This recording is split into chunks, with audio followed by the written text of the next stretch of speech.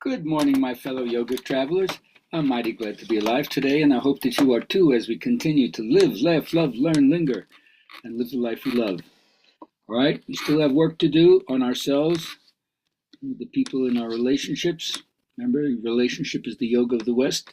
Fridays when I do my little PowerPoint presentation, this one is called The Three Wheels of Dharma. I'm breaking it up into two parts, 9 slides today, and if you're around next Friday, you'll see the next 9 slides. That way I won't take up too much of your time. I appreciate your inviting me into your heart and your home. Here's how we go. The first one is my little ode to Joseph Campbell as he explicates the 4 aspects of what makes a mythology a living mythology. There's the mystical, the cosmological, the sociological, and the pedagogical. So upper left, we have the monolith from 2001, the ultimate mystery. What the hell is it? Nobody knows. It takes you beyond your mind's ability to conceive. God defined as a God confined. It's beyond that. If it isn't transparent to something transcendent, it didn't work for you. Well, nonetheless, once you accept that it's all about the great mystery, I'm in, I say yes to it even though I don't understand, then next you get the cosmological teaching. The explanation, the most scientific up-to-date way of describing how we got here, what here is all about. It's the Genesis story, you could say, of each culture or each tribe. Then you have the sociological aspect. How do you have the teachings that pertain to who we are, our band, our clan? We are the people. And all of the symbol and sign systems that we use turn back to us to help us define who we are and how we fit in and what your place is in it. And that's where the pedagogical teaching comes in. What do we have to share with the young people coming up after us? Because they're going to be the total cultural carriers. We have to inculcate in them, educate them, so they can pass on the wisdom of the ancestors, hard won over millennia, until they themselves become the elders and pass it on to the next generation through ritual initiation. So that's our beginning. But it's called the 3 wheels of the Dharma because we're talking about the 3 jewels of the Buddhist tradition and the implications for them outside of Buddhism. I take refuge in the Buddha, I take refuge in the Dharma, I take refuge in the Sangha.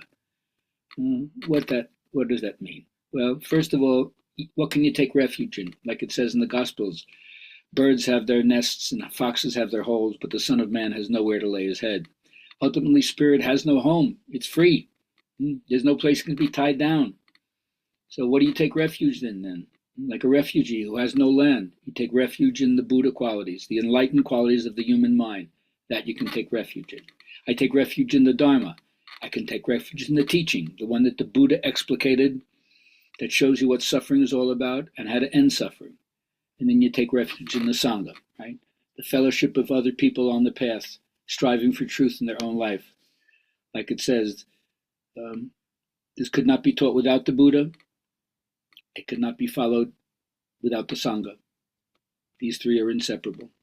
So take refuge in the enlightened qualities of your own mind, take refuge in the Dharma, the teaching, and take refuge in the people who work on themselves just like you are. And if you do that, then you'll understand the Dalai Lama's statement. The Dharma doesn't suffer in comparison to any teaching. And I'm not saying that we ought not to study every teaching and all the psychological teachings and the scientific teachings, for sure. But there's no woo-woo here. If you get into this, real things happen. You be real with it, it will be real with you. It doesn't suffer in comparison to any teaching. The Abhidharma is sophisticated as any psychological, neuroscientific knowledge that we have right now. Now, the 3 wheels of the Dharma are also sometimes called not the 3 jewels, the 3 wheels of the Dharma: morality, concentration, and wisdom. I always assume that people have a certain amount of wisdom, otherwise they would never continue on this path. Once they hear about it, they would throw it out, but something appeals to them. And the first thing they teach you is up your morality game. Do what's right, not because it's conformity to anybody else's teaching, but because in your heart you know this is the right thing. And karmically, you've also seen, I plant this seed, I get this kind of fruit. I understand. And then the more you work on your morality, the more your focus gets greater. Your concentration is not so scattered. You can pull it all together in one thing, and that one pointedness helps you cut through and get clarity in your mind. And of course, the more you get clarity in your mind, the more you see. And when you see, You end up like Einstein. You get an intuitive leap about what's going on and your connection to everything. And the more you see clearly, then the more you want to purify your life as a virtuous human being. And the more you do that, the easier it is to concentrate because you have less things pulling you away, distracting you, since your life is all of one piece. So the next thing is learn to tell a better story like Life of Pi, right? Healing images. Look at the narrative that you use when you talk to people. And as what's wrong is always available. So it's up to you to see what do you want to do with your attention. Which are the most salient features you're going to pick out and focus on, because whatever you focus on, you're going to get more of. Remember the law of attraction? That which is like unto itself is drawn. So it's up to you. Tell a better story. Now, my teacher taught me that I'm not just a posture teacher. I'm a yoga teacher. And I'm not just standing on my teacher's shoulders. I'm trying to see from a different angle. So especially when you're dealing with stuff in the anatomy that after years and years of everything being okay, it's not okay all of a sudden, not functioning the way it used to, or something that never gave you a problem before, now it's giving you a problem, whatever it is. Yoga teaches you to cure what can be cured and endure what must be endured. So we got to let go. I love this little Rumi poem. I died as a mineral and became a plant. I died as a plant and became an animal. I died as an animal and I was a man. Why should I fear? When was I less by dying? So letting go of the idea of going further, letting go of the idea of what will happen to me. Apparently, if you understand this little evolutionary nugget, there's a kind of evolution to a higher state. Keep letting go. Die to the ego self so that whatever is divine within us can be born.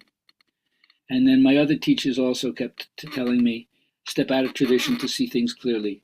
Okay, Ram Dass and Timothy Leary, sure, you can try to reduce their teachings to absurdity because it was all psychedelically based. But obviously, you have no respect for altered states of consciousness. Tune in, turn on, tune in, drop out. That was Timothy Leary's idea, right? First, you have to alter your consciousness so you can be awake to what's going on.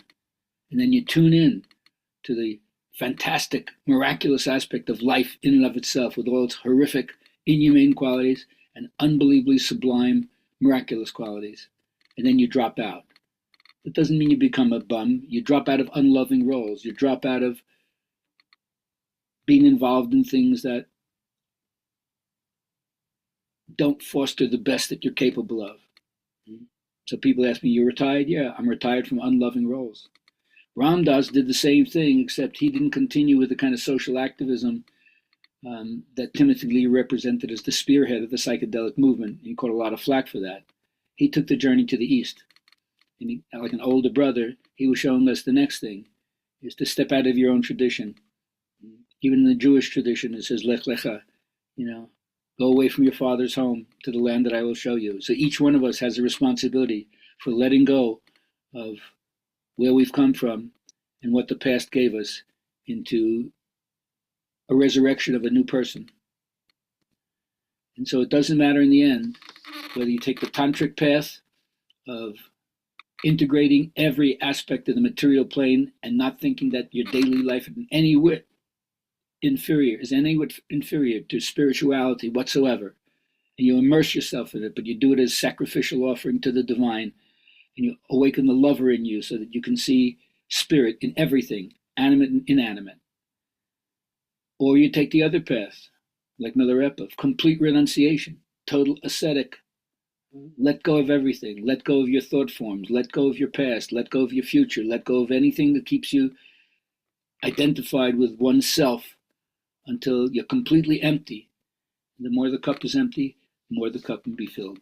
So it doesn't matter whether you take the tantric route of connecting to the rainbow vision and see all the splendor and the colors, or you end up in Vairagya and you go beyond all form into the white light. Have a wonderful day, my friends. I hope to see you next week. Keep bringing your love. The world needs it.